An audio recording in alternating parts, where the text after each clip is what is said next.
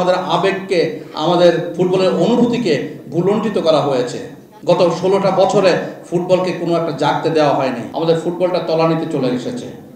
একমাত্র আমরা ফুটবলের লাল সবুজের পতাকা বাংলাদেশের বর্ডারের বাইরে পার করতে পেরেছিলাম। ফুটবলের সাফে একবার আমরা চ্যাম্পিয়ন হয়েছিলাম, যিনি চ্যাম্পিয়নের নায়ক এখানে বসে আছেন। আমাদের সকলের শ্রদ্ধেয় আমিনুল ভাইয়ের ক্যাপ্টেন্সিতে বাংলাদেশের লাল সবুজের পতাকা আমরা বর্ডার পার করতে পেরেছিলাম। তারপর থেকে আমরা হারের মধ্যেই আছি। হাঁটতে হাঁটতে হাঁটতে হাঁটতে এমন একটা জায়গায় আমরা চলে এসেছি যে জায়গা থেকে ফুটবল নিঃশেষ হয়ে গিয়েছে। যেখানে আমাদের 208টা দেশ খেলে, সেখানে আমাদের ফুটবলের র্যাঙ্কিং আজকে 184। অথচ 2006-2007-এর পরে 2008-এর থেকে যারা দায়িত্ব নিয়েছিলেন, যারা 2024 পর্যন্ত দায়িত্ব ছিলেন, যেখানে ফুটবলের র্যাঙ্কিং ছিল 151, আজকে ফুটবলের র্যাঙ্কিং হয়ে গেছে 184। এবং এই ফুটবলটাকে এমন একটা জায়গায় চলে গিয়েছে, সেই জায়গা থেকে উত্তরণ করা অত্যন্ত কঠিন একটা দুঃসহ কাজ সামনে কিন্তু চলে এসেছে।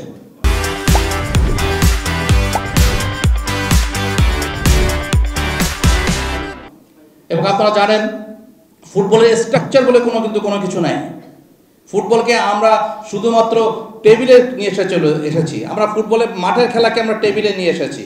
মাঠের খেলা যদি মাঠে থাকতো তাহলে কিন্তু আজকে এই অবস্থা হতো না। ফুটবল যদি তৃণমূল থেকে যদি আমরা যদি উঠিয়ে নিয়ে আসতে পারতাম, তৃণমূলে যদি ফুটবলের চর্চা করতে পারতাম, এই গ্রামে গঞ্জে থেকে, উপজেলা থেকে, শহর থেকে, ডিভিশন থেকে যদি ঢাকাতে ফুটবলটা নিয়ে আসতে পারতাম, তাহলে আজকে বাংলাদেশের ফুটবলের লাল সবুজের পতাকা ঠিকই আমরা বিশ্ব মানচিত্রে স্থাপন করতে পারতাম।